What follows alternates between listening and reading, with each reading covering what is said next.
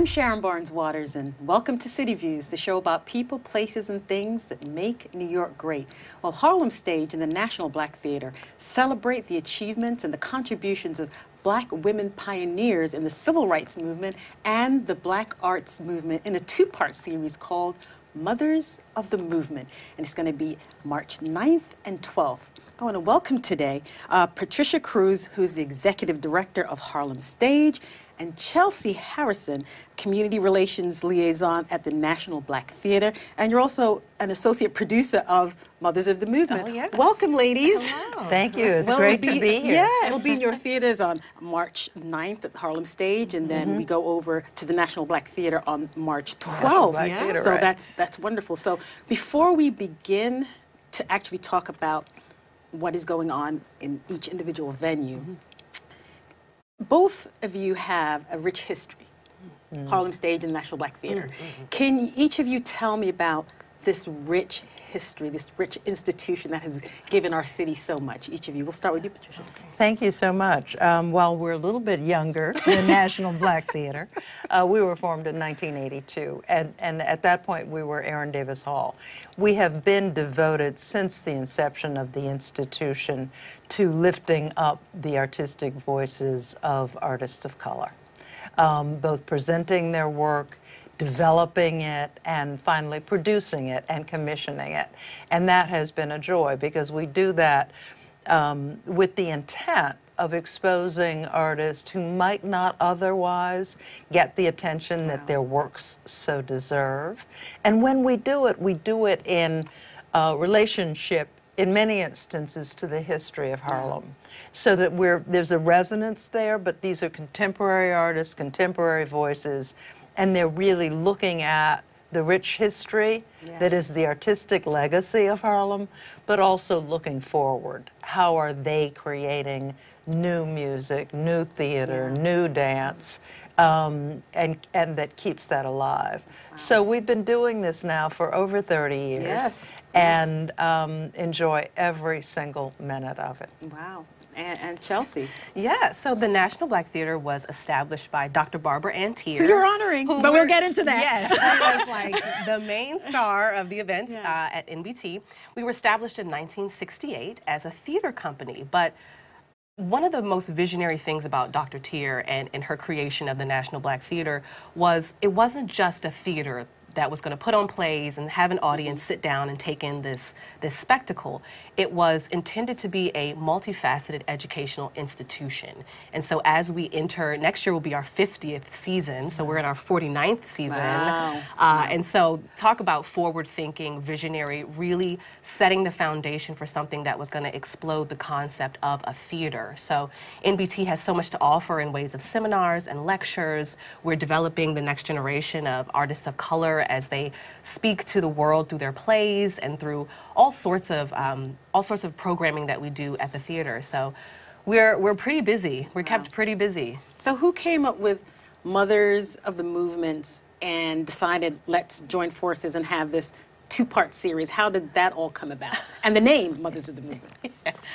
Well, I think that I'll let you speak to the Mothers of the Movements because I'm not sure about that. I inherit a lot of these things from my staff, which is great. But I think that one of the things that we were brought together around, we're brought together by geography and certainly common belief. And I think that a lot of us are doing collaborative programs in Harlem, and this is one of the programs that we're doing, and we're thrilled to be paired again with the National Black Theater. And having known Dr. Teer, it's a joy to work again with the institution as well as the people who are there.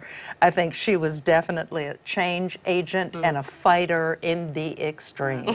And it was beautiful because she was a talented actress who could have lived that life, but instead she determined that what she wanted to do was for the Harlem community and for the arts in the Harlem community. So that's a joy. So she is definitely one of the mothers of the movement.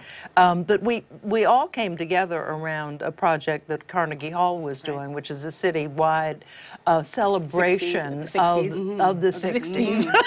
And looking at as the years that changed America. And we know that we're in a period of change right now. now. And it always is good when you can revisit a prior period, especially when there was a prior fight. Yes. A fight that called for change. And I think we're at that moment right now, so it makes it an ideal time to come together around programming that has meaning both for the artist and our constituents. And you said that Chelsea could speak more on that, about the name. Yeah, how that came to be. How it came to be. So interesting.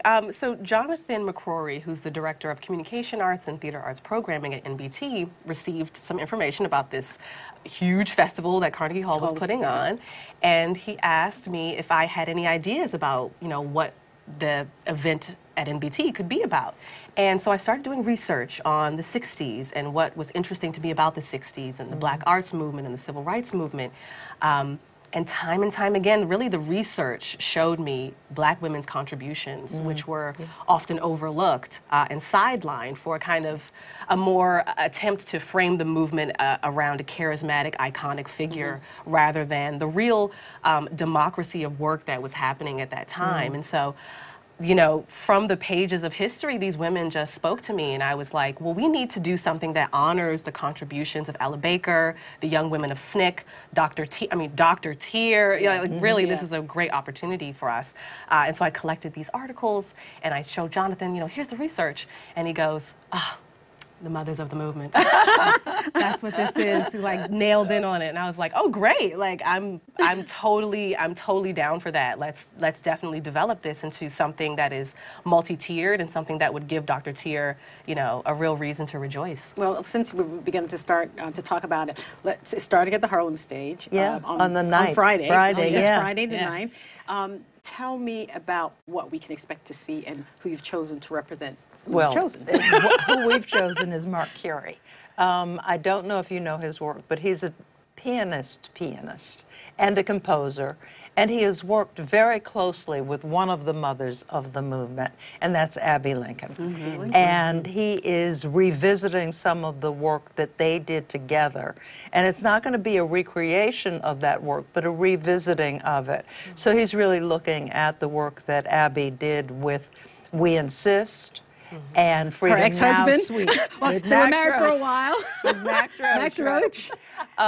Whose piece actually spoke to themes of that era in the civil rights movement. Absolutely. And the minute we talked about the 60s and Actions for Change, we thought of Abby, because she was such a vociferous spokesperson, spokeswoman for the work that they did together, but also through the music and everything that she did. Powerful voice. Absolutely. Powerful voice. And we were privileged to have her at Harlem Stage later on. About 10 years ago, we had her there, and she was remarkable. And Mark was her pianist and musical arranger.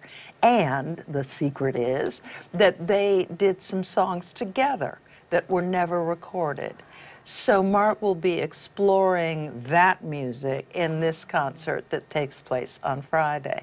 And he will be doing that with Terry Lynn Carrington, the incredible percussionist who we're working with on some other projects. Reggie Workman will be there, an artist who was also playing during that period. Are they coming together just for this, or have they been doing things around the country, or is it for this No, particular this project? is a very specific program that Mark came up with for us, and in response to the theme.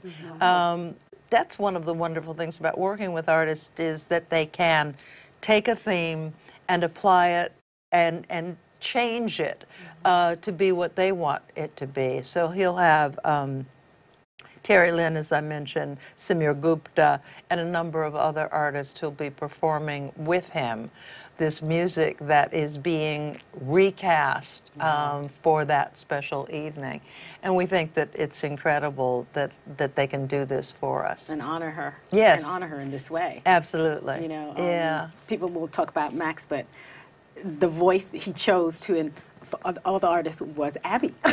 Because she could also move the theme and move the song and drive it home. Absolutely. And not everybody appreciates that. Yeah, you're absolutely right. So it's wonderful that all these artists are pianists. they're all coming together and saying, let's honor her. Yeah, You yeah, know, and absolutely. let's bring this to another generation who may not have heard of her. Absolutely. You know, because she was also an activist, a civil rights Oh, activist. absolutely. And many instances, people who were artists and activists got blacklisted. So they were not seen as frequently as their talents might have warranted, Right. which is one of the other reasons that we feel so strongly in our mission, that we're really looking at artists of color, some of whom have achieved success and recognition, but many of whom have not. Wow. And that's an important way for us to raise up those voices and in many instances resurrect them. Yes, Yeah. And then we go over a week from today, on the 12th, Yes. to the National Black Theater, and tell me about what we're going to see there. Who are you honoring? So something that we were really interested in with creating this program was an intergenerational bridge connecting our foremothers of these radical notions of freedom and liberation with contemporary voices. So we took some seminal texts. Dr. Tier wrote an article in 1967 for the New York Times titled "The Black Woman, She Does Exist." Yes, And we do. I was like, right on, Dr. Tier. Like this could be speaking to me on my Facebook timeline today. So we're looking at Dr. Tier's article, we're looking at a speech by Ella Baker, and we're looking at an anonymous letter written by the young women of SNCC called the SNCC Position Paper, which was really these young women's attempt at it was a Me Too moment of their generation of saying, hey, we're here, we exist, there's a lot of untapped potential, we're a resource for this movement, stop overlooking us. And so we're revisiting those texts. We're going to have some Broadway legends performing the original text. We have Michelle Shea, we have Linda Gravatt. I mean, these are women who really talk about forging a path on the stage. So they'll be reading the original texts. And then we'll have contemporary artists who are speaking back to, riffing off of, creating in response to these texts. We have Mfaniso Udofia, who's going to be responding to Ella Baker. We have the young women of SNCC. We have Ebony Noel Golden, who is an artist, activist, scholar, performance artist who will be responding to them. And then we have Chisa Hutchinson, who wrote a piece in response to Dr. Tier. So there will be a lot of bridging and connecting happening between generations. And that's important to connect. Oh, yeah. Absolutely. To pass that To legacy pass that down. legacy down. I mean, I think it was your picture, I'm not sure, who spoke to about in the civil rights movement back in the 60s. And although we love what our brothers did, why were the women not honored in the same way for their contributions? Why do you think that is? I think a part of it is we live in a patriarchy. Yep. It has been that, and we have to recognize that. If we don't, you get very frustrated by history, you know, and what you want to do is be in a position to understand history and then to move forward with some more forward thinking. And I think that, frankly, with women becoming a majority in America, I think that there will, and the Me Too movement, the current movements have resonance from what happened in the past as well, which is why it's wonderful that you'll have that dialogue between those strong voices and the new voices that are coming up, because I do think that you want to give younger artists the opportunity to see, to think, to show their thinking, and to know that there is a continuity there. I think that that's one of the things that these programs can do as well, that nothing exists in a vacuum. You're reacting to your society, and artists are reacting to their society. And for my intention and belief, I think there's some of the most important voices that look at who we are, where we have been, and where we're going. And Chelsea, the younger artists, did they ever hear of the older artists or the hidden letters from the SNCC women? Or is it something that they learned through this process? And how did they feel about, wow? It was super cool to having co-curated, associate produced. I'll also be performing, and so it was really cool to introduce these texts to this next generation of just radical thinkers, and seeing them realize the continuity, seeing them realize that women have been talking about this. We have been fighting this fight for generations. And Ella Baker, who played such a huge role in really pushing the democratizing of these movements and really getting the youth voice, getting the community-based leaders and activists engaged, and everyday people really engaged in the process of decisions that will affect their life ultimately. I mean, she was really the visionary of thinking that way, and she had to push back a lot against the movement, which really wanted to centralize all kind of effort and adoration towards iconic, charismatic leaders, individual leaders. But Ella Baker was the main one really championing it's everybody, you know, and we're not free until we're all free.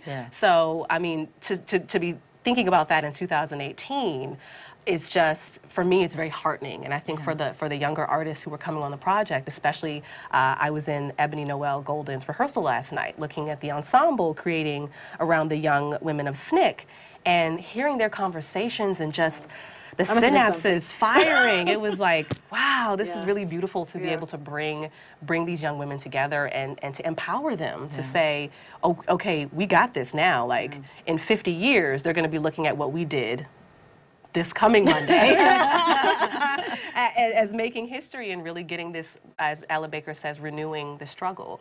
So where can our listeners and our viewers find tickets? Where do we go on your various websites to purchase the tickets? HarlemStage.org.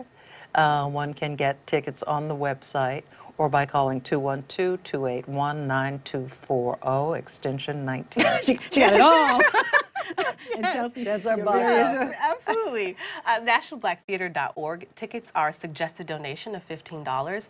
We really just want to get this audience in the seats and experiencing this moment. So if you have the $15 to give, amazing. If you don't, please just come. Don't let that stop you Don't from let coming. that stop you from witnessing, the rebirth. So this is going to be good. And on the 9th and the 12th at 7:30 on this Friday and next Monday, something special is happening in Harlem. Oh, yeah. That's right. Mothers of the movement.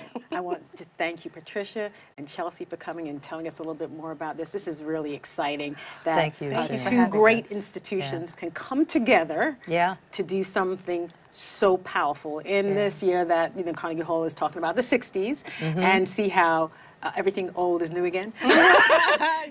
Sometimes we think it's then, but sometimes if we don't learn and we don't progress, then we're forced to deal with certain issues again. So thank you so much. Thank you. I wish you success. I know it's going to be successful. Thank you for stopping by. Thank you so much. Appreciate it. Thank you, Sharon. Patricia, Appreciate Chelsea. it. Thank you.